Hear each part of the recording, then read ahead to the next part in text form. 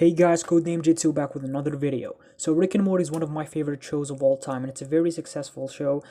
And it all started with season 1 of Rick and Morty, which is the season that made people fall in love with the franchise, okay? Like, this show is about an old man named Rick who goes on adventures with his grandson, Morty, okay? So yeah, they go on these crazy adventures, and you see a lot of stuff happen in this show with this duo, okay, with Rick and Morty doing these crazy stuff. So I'm gonna basically review this season and give you guys my thoughts on it, okay? I'm gonna review season 1 of Rick and Morty and give you my thoughts on it. So let's start with season 1, episode 1, pilot. The pilot episode is fantastic, and what I love about it is how different it is from the rest of the show. And I'll get to that later. So the story of the episode is Rick coming back to the Smith family after being absent. He's living with them and he drags Morty, his grandkid, into these crazy adventures. You have the rest of the Smith family, Beth, Jerry, Summer. Beth and Jerry argue about Rick. Jerry thinks he's a bad influence on Morty, but Beth doesn't think so. Morty's in school studying, having some high school stuff, such as having a crush or being bullied. But well, you have his grandfather Rick taking him out of school to help him on his adventure. I love how it's all new to Morty. You can see how scared and worried he is when they go to this different planet to collect the mega seeds. Like, Morty's very just nervous and scared. Beth and Jerry gets called from Morty's school about his absence, and he told them about Rick taking him from school, which convinced them to kick Rick out of the house. Summer is in this episode and just does nothing, so she doesn't have much going on. Rick in this episode is very different from Rick that we see in the rest of the show, okay? Like, in the pilot episode, he is this smart, drunk grandpa, and he's very supportive of Morty, and he does get scared when they get attacked by monsters. And when Beth and Jerry are touching his stuff and they're sending him to a nursing home, Rick was just standing, okay? Was just looking at them doing this. This is not Rick from the show that we know. And I actually like that. You can see how much the show evolved after the pilot. The crew behind the show did rework Rick's character after the pilot, because in the pilot Rick does show his emotions to Morty. Like, there is a scene where he's proud of Morty, telling him like the student becomes the teacher. Like, he's very supportive of him. But Rick after this episode is a very closed person, and he's never that supportive and loving to Morty as he was in the pilot. Also, Rick never gets scared, and he always has a plan to any situation. He's like a half robot in the later episodes. Okay, but in the pilot, when he was talking to Morty and they see this scary creature, he tells Morty to run for his life. Like, Rick was very scared. He was screaming out of fear. And they were really treating him like an actual grandfather by wanting him to take him to a nursing home. And were touching his stuff in the garage and putting them in a van. And Rick just looks very drunk just watching them do that. Like, the Rick that we are used to is absent in this pilot episode, okay? So yeah, he's a completely different character in the pilot. Morty is very insecure here since all of the stuff that he gets to see are all new to him. This is him before he get used to it. Also, the art style in this episode and the rest of season 1 is different because it did change in season 2. Like, they tweaked it a little bit. So yeah, Rick convinced Beth and Jerry that Morty is really learning from him. So they let him stay. And we get the iconic Rick and Morty 100 years. So yeah, this episode is amazing. It's a great introduction to the show. The relation between Rick and Morty is great. So yeah, they very much nailed the two main characters. So I love that. I really love the pilot episode. It's amazing. Episode 2, Lawnmower Dog, has Morty's dog take over after becoming smart, and Jerry, Beth, and Summer were dealing with that, while our main characters, Rick and Morty, decide to go inside the dreams of Morty's math teacher to convince him to give Morty an A on his math test. That way, like, Beth and Jerry could still let Morty adventure with Rick since they would think Morty's doing good in school, okay, and that Rick has a good influence on him. Like, a lot of crazy stuff happened. They meet Scary Terry, who kept cursing the entire episode while chasing Rick and Morty. They go from dream to dream. They became cool with Scary Terry, who helped them force Morty's math teacher to give him an A on his math test. They head back home and they see what they left behind. The dog took over the house, okay? Because of how aware he became. He did leave at the end with every dog in town, so yeah, this is a great episode. I love it. Episode 3, Anatomy Park, has Rick bringing a homeless guy on Christmas to give him a visit, see how he's doing. But of course, it's a Rick and Morty episode. Something goes wrong, and Morty ends up inside of this homeless guy named Ruben. He teams up with Dr. Xenon Bloom and other 3 characters. Morty fell in love with this girl named Annie. So yeah, I loved their project of building a park inside of Ruben. It was funny that no one was impressed by Rick's Pirate of the Pancreas and I loved how offended Rick was about it. The B plot, we see Jerry's parents come to visit since it's Christmas and his mom has a relationship with this guy, and sometimes Jerry's dad is the third wheel in the relationship. Like, it was very, very weird. But yeah, Jerry didn't like that, but at the end he did accept that guy, okay? Morty finally won over Annie by being brave, but it didn't really last, and it becomes a trend in Rick and Morty, where whenever Morty falls in love, it doesn't last. So yeah, I love the twist that it was actually one of the crew that was messing inside Ruben's body, and that's why he was sick and he died at the end, okay? The guy was blown up to pieces. Everyone on the planet saw him. So yeah, the guy that was with them was a traitor, and I loved seeing Morty's bravery and fighting back. Morty and Annie escaped. Ruben was blown up all over the place, like I said. So yeah, love the post-credit scene where Rick took Annie and put her inside Ethan's body, who was introduced in this episode as Summer's boyfriend. Like, she immediately moved on from that dude from the pilot, okay, who was frozen to death. And again, Annie and her crew didn't like Rick's idea of Pirate of the Pancreas, which is fun. Yeah, I love this episode. Episode 4, Mr. Nightshine Alien, is a great episode. I do have like one big problem with it, and I'll get to that later, but it's still a great episode. Like, Rick knows the entire time that he's inside a simulation. He even believes Morty is a simulation, but they managed to trick Rick and the audience that Morty is actually Morty, and he was also trapped in this simulation alongside Rick. And yeah, even Jerry has a job interview. His pitch is to do like a slogan about apples. Obviously, he doesn't know he's inside the simulation because he's Jerry, which makes it even funnier. So he got the job. Rick and Morty escaped from the simulation, and we had a great moment between them when they were like bonding. I really love that scene. Okay, it kind of shows to us that Rick cares for this little dude, but what ruins it for me is that the twist at the end is that Morty was part of the simulation the entire time. So that moment between Rick and Morty never really happened, which is a bummer. Jerry finds out that he is in a simulation right after winning an Emmy. He and Rick escaped.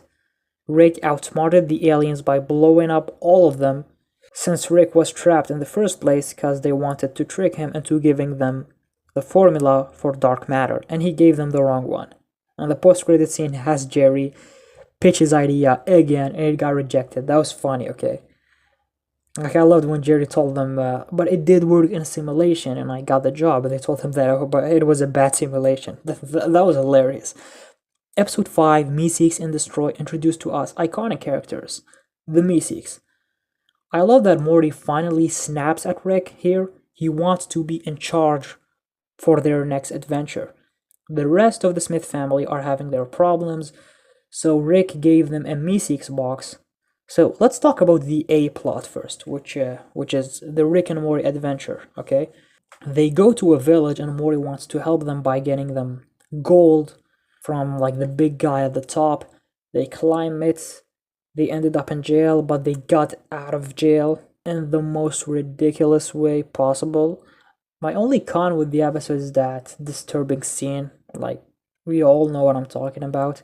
But yeah, Morty got traumatized and wants to call off the adventure, and here Rick really showed some sympathy for Morty, okay? After he saw how destroyed Morty was.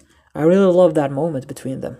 They gave the gold to the city and they left, and Rick killed the king of the village, which is very satisfying. Okay, glad he's dead.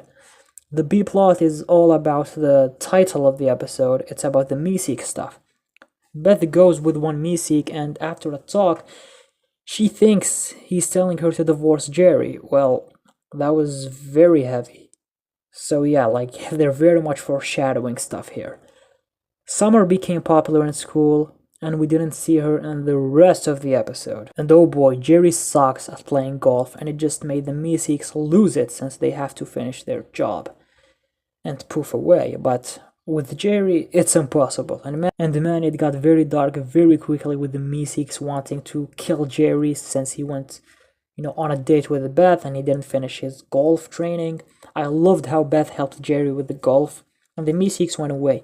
Yeah, all of this because Jerry sucks at golf. It's hilarious. And we got the iconic wubba-lubba-dub-dub from Rick in this episode. Sadly, it's only used in season 1. I wish it was his, main catchphrase for the whole show, but yeah, it is what it is. And I'm pretty sure, this is the first time we see him break the fourth wall, okay? He was looking at us, at the audience. So I think this is the first time where we see Rick break the fourth wall, ever. So yeah, I love that. So, episode 6, Rick Potion 9. This episode is a game changer for Rick and Morty. So, it started off simple. There's a school dance, and Morty wants to go out with Jessica. We did see Jessica on the pilot episode. He was very much in love with her. This is her second appearance in the season. I'm not including her in episode 4, okay? Mr. Nineshine Alien. That was a simulation Jessica, so it doesn't count. So Morty asks Rick if he can make a potion so he can make Jessica fall in love with him. At first, Rick refuses, so Morty snaps out, and then Rick finally does it. But well, it's Rick and Morty. Of course it's not gonna go well, because it's the flu season. So Morty put the potion on Jessica. She fell in love with him, she became obsessed over him. She sneezed, which infected everyone, and everyone became in love with Morty. That was insane. The entire planet was in love with Morty. Rick does another potion to turn them back to normal, but he turned them into Cronenbergs. It's insane.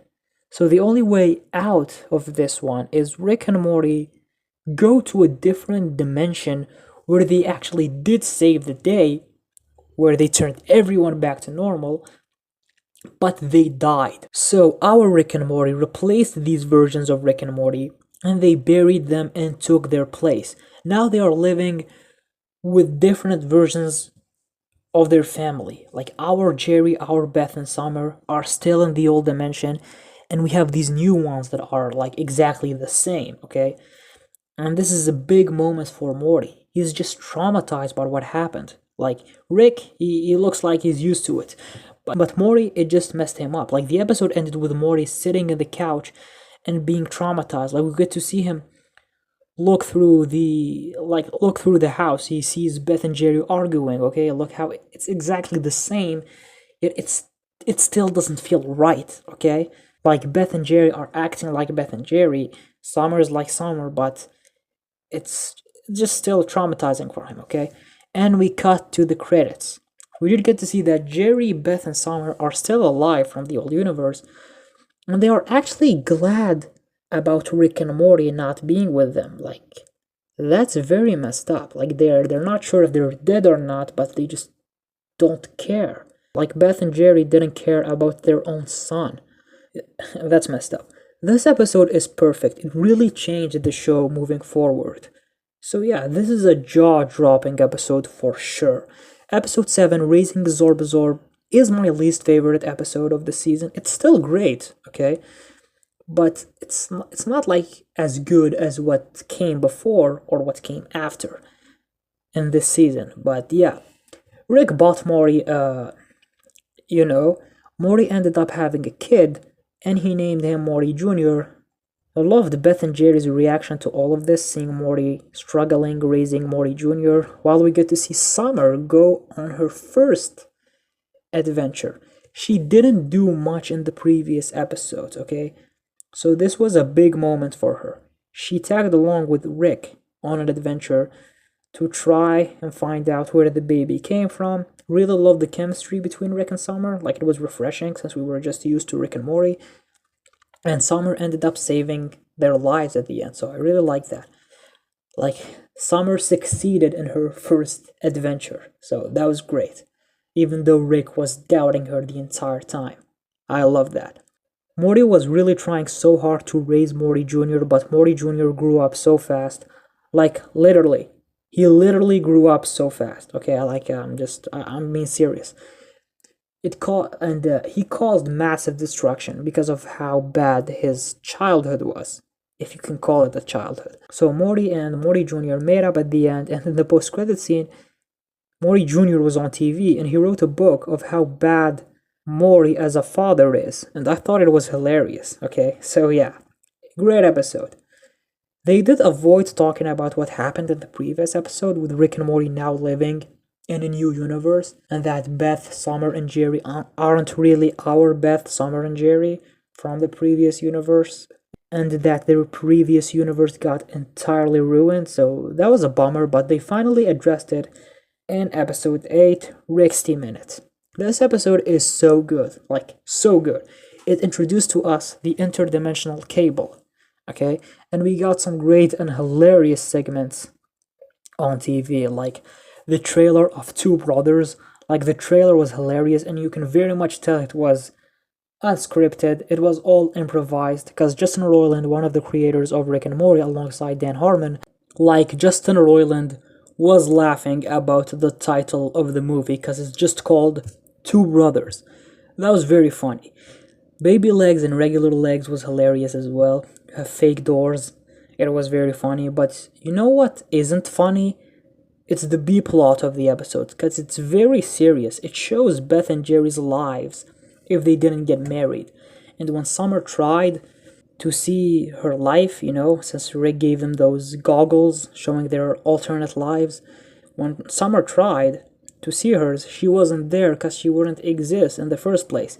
And when Beth was pregnant with Summer, they even considered not wanting to have her, okay, which destroyed Summer. And she wanted to leave. And they finally addressed the Rick Potion 9 episode. Morty told Summer that he's not from here. Like, him and Rick are dead and they replaced them. Loved how traumatizing it was for Morty. Like, when he said it's very messed up for him, like, to wake up and eat breakfast while his corpse are in the backyard. Like, he told her to stay, and she did stay at the end. And we found out that apparently Beth and Jerry were always meant to be, because even if they didn't get married and like they went on their separate lives, they would still find a way to be together. So yeah. So overall, this is a fantastic episode. It knew when to be funny with the interdimensional cable segments, and it knew when to get serious with the whole Summer, Beth, and Jerry story. Okay, and loved how Morty got involved with it near the end. So yeah, great episode. Episode 9, Something Wicked This Way Come. Summer is working an after-school job at a guy named The Devil. Not suspicious at all. He gives away free things that help people with their lives, but they get cursed in return. So Rick wants to ruin his business, which he does at the end. The devil betrays Summer, and her and Ricky get jacked and beat the hell out of him. So yeah, I love that. I love that, like, montage scene seeing Summer and Rick like at a gym, and you see them just being jacked. Yeah, and like, I even loved the post-credit scene of the episode, okay, where they just beat up anyone who's not behaving very well. Okay, so that was funny. The B plot is Morty having a school project. He wants Rick's help. I loved how Jerry is insecure about this since he wants to help Morty with the project, okay? They argue about Pluto being a planet or not. Jerry believes it's a planet, so him and Morty go to Pluto because the Plutonians like when people admit that Pluto is a planet. We really did learn a dark truth about the Plutonians.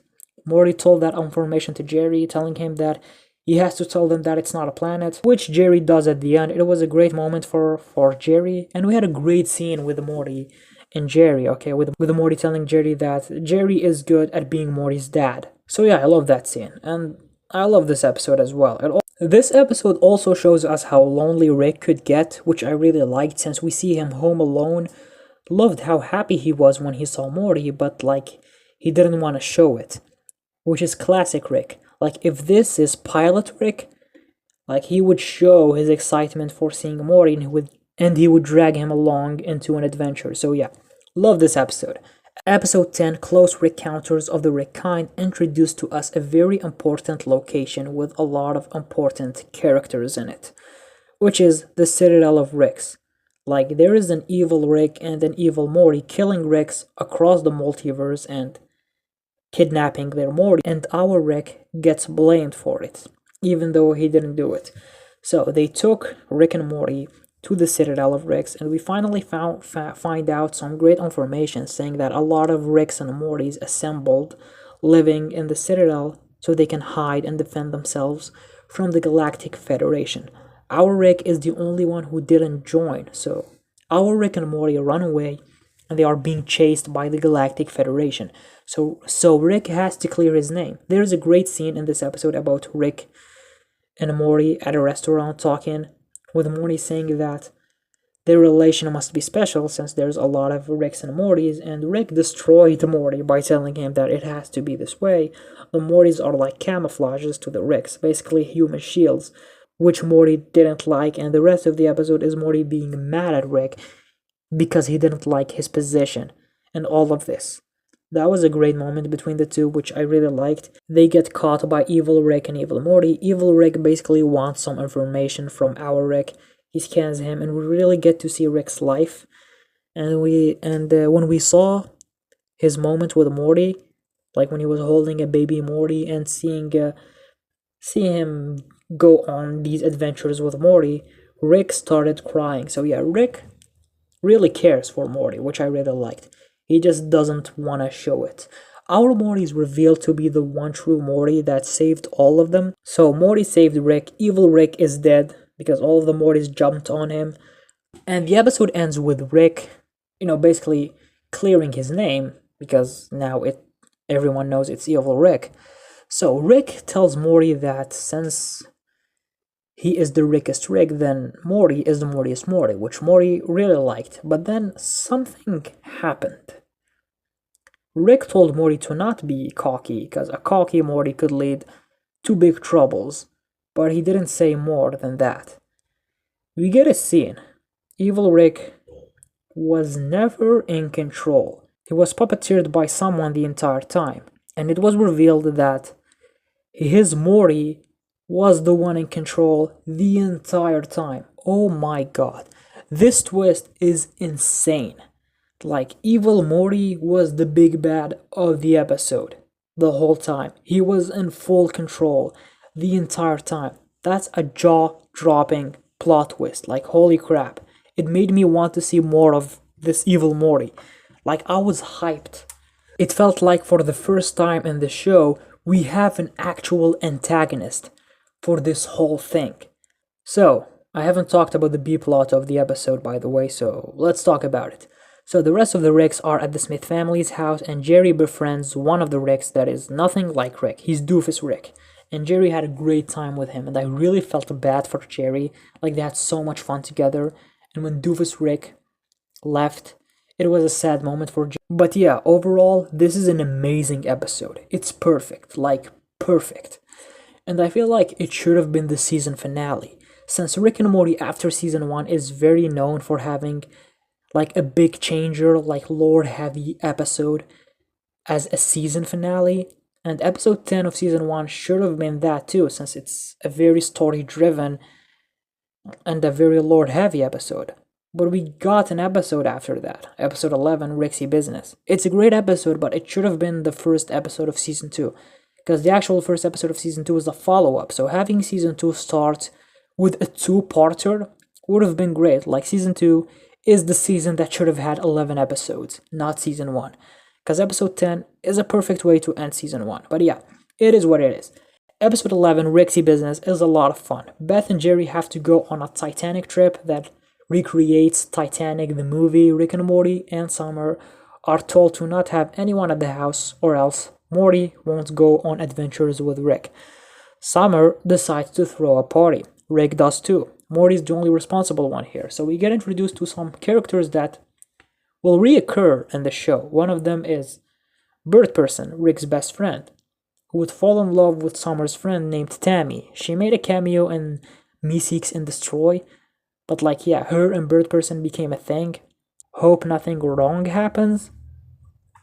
We get to see Gearhead, Squanchy here, voiced by none other than Tom Kenny, who is known for voicing SpongeBob.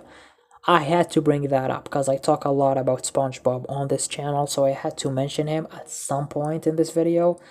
So Jessica is in the party, which gave Morty a chance to talk to her. Jessica made appearances between here and there in this season. She was in the pilot, she was a simulation in Mr. Nightshine Aliens, we saw her in Rick Potion 9, and in this episode. So, they made it clear that she is Morty's main love interest, like he would fall in love with other girls from time to time, but Jessica is the only recurring one. And sadly, this episode does nothing new with Morty and Jessica. It's still the same trope where nothing progresses between the two. He's in love with her, but she doesn't know that, and at the end she leaves with her boyfriend and he never made a move on her. So yeah, I do hope one day they would start progressing this relation, because whenever they try to, like, nothing happens. So the party goes wrong because they ended up traveling to a whole different planet. Like, the whole house traveled there. They do get back though, and I love this detail. You see this big crack like next to the house, and you still see it in every episode after that, okay? Like in every season after that, you see that crack. I really like that, okay? It kind of shows you the effect of that episode, okay? And also, I love continuity. I love that scene where Bird Person tells Morty why Rick says wabba dub dub, and it means that I'm in deep pain, and it's kind of messed up. So yeah, so Bird Person leaves with Tammy. The B plot is Jerry and Beth doing the Titanic. Beth is not interested. A woman that works there joins Jerry, recreating a lot of scenes from the movie until it goes wrong. Like, it really goes wrong. Where she threatens Jerry, but he gets saved by Beth. And yeah, Rick, Morty, and Summer pause the entire world. That way they can clean the house, since Beth and Jerry are right about to get inside the house. And they do clean it and do a lot of stuff as well.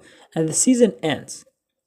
It ends there, okay? Like, even Rick breaks the fourth wall again, saying that this is the season 1 finale. He's done saying wabba lubba dub dub as his catchphrase. Overall, season 1 is an amazing season. That's how you start a show. They did a great job with the characters. Like, our two main characters, Rick and Morty, are a great duo and they carry the season. Their adventures, their dynamic is great, okay? Summer, Beth, and Jerry get their moments as well, which is great. The season did a good job at balancing filler episodes with essential episodes. Like, you get some random episodes that don't progress the show, like Me Seeks and Destroy, Something Wicked This Way Come, Anatomy Park, which are definitely filler episodes, but then the show does 180 and you get essential episodes like Rick Potion 9, Rick's D-Minute, Closer Encounters of the Rick Kind. So yeah, this season is amazing. I would definitely give it a 10 out of 10 for sure. So yeah, love this season so much. So what do you guys think of Rick and Morty season 1? Do you love it? Do you hate it? Just leave your thoughts down in the comments. So I'm done. So if you guys like this video, then give it a like, and if you're not subscribed, then subscribe. It means a lot to me, and turn on the notifications to be the first one to know when I upload a video. So thank you guys so much for watching. I'm Codename Jitsu, and I'll see you in the next video.